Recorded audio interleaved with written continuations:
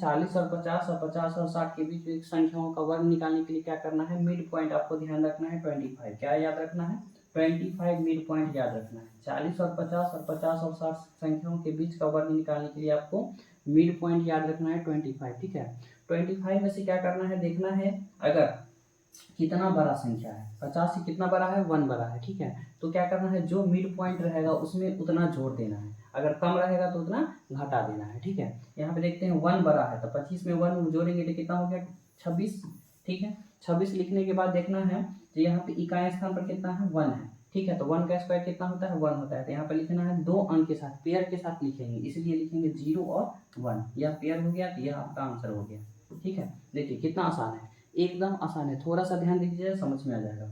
अब देखिए यहाँ पे 52 का स्क्वायर निकालेंगे तो इसमें आपको ध्यान देना है जो कितना बड़ा है। ठीक है, यह 52 50 से कितना बड़ा है, 2 बड़ा है। तो क्या बोले हैं, मिड पॉइंट क्या रखना है, 25 याद रखना है। जितना बड़ा रहेगा 25 में उतना जोड़ दीजिए, तो 25 में कितना जुड़ेगा, 2। तो 2 जोड़ेंगे तो कितना होगा, 25 में 2 जोड़ेंगे तो 27। ठीक है, अब देखना है इकाई स्थान पर कितना है, तो इकाई स्थान पर 2 है, तो 2 का स्क्वायर कितना हो गया, 4। लेकिन हमको जोड़ा अंक लिखना है, तो जोड़ा लिखने के लिए क्या करेंगे, 0 और 4 लिख देंगे।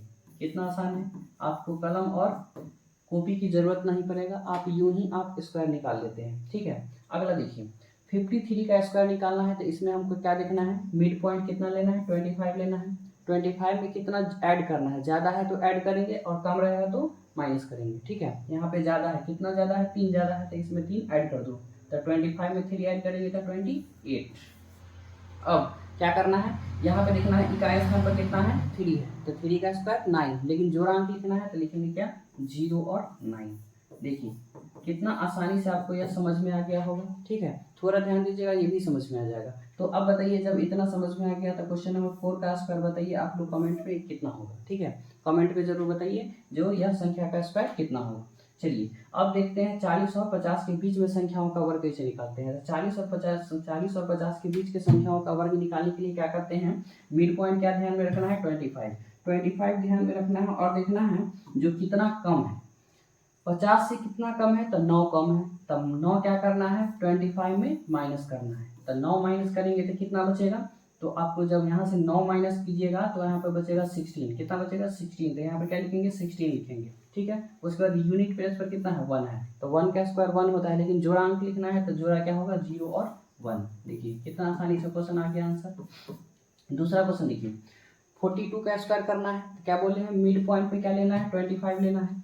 42 का स्क्वायर करना है तो 42 का स्क्वायर करने के लिए देखना है कितना कम है 50 से, तो कितना कम है, 8 कम है। ठीक है, तो जितना कम है उतना मिड पॉइंट में से घटा देना है। ठीक है, मिड पॉइंट में से कितना घटाना है, 8 घटाना है। तो 25 में से जब हम 8 घटाते हैं तो कितना बचता है, तो आपको यहाँ पर बचेगा 17। कितना बचेगा, 17 बचेगा। ठीक है, और 17 बचेगा तो यहाँ पे क्या लिखेंगे, 17 लिख देंगे।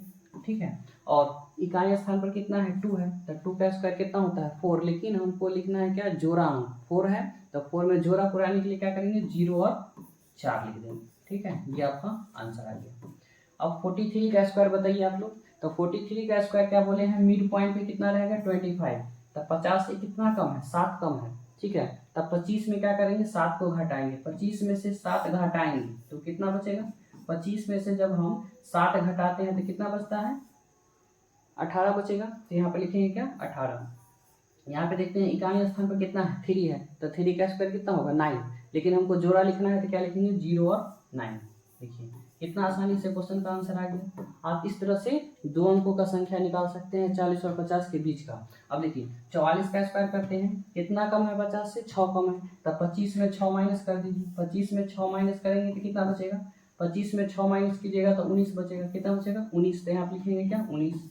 उसके बाद देखिए इकाई स्थान पर कितना है, 4 है, तो 4 का स्क्वायर 16। अब देखिए इसमें जोड़ आ गया ना 16, तो यहाँ पर डायरेक्ट 16 ही लिख देना है।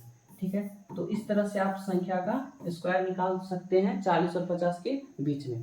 कम रहेगा तो माइनस करेंगे, ज़्यादा रहेगा तो जोड़ देना है। मिड पॉइंट क्या लेना है, 25 लेना है। तो अब जब इतना क्वेश्चन समझ में आ गया है तो आप बताइए 45 का स्क्वायर कितना होता है, कमेंट में जरूर बताइए। धन्यवाद।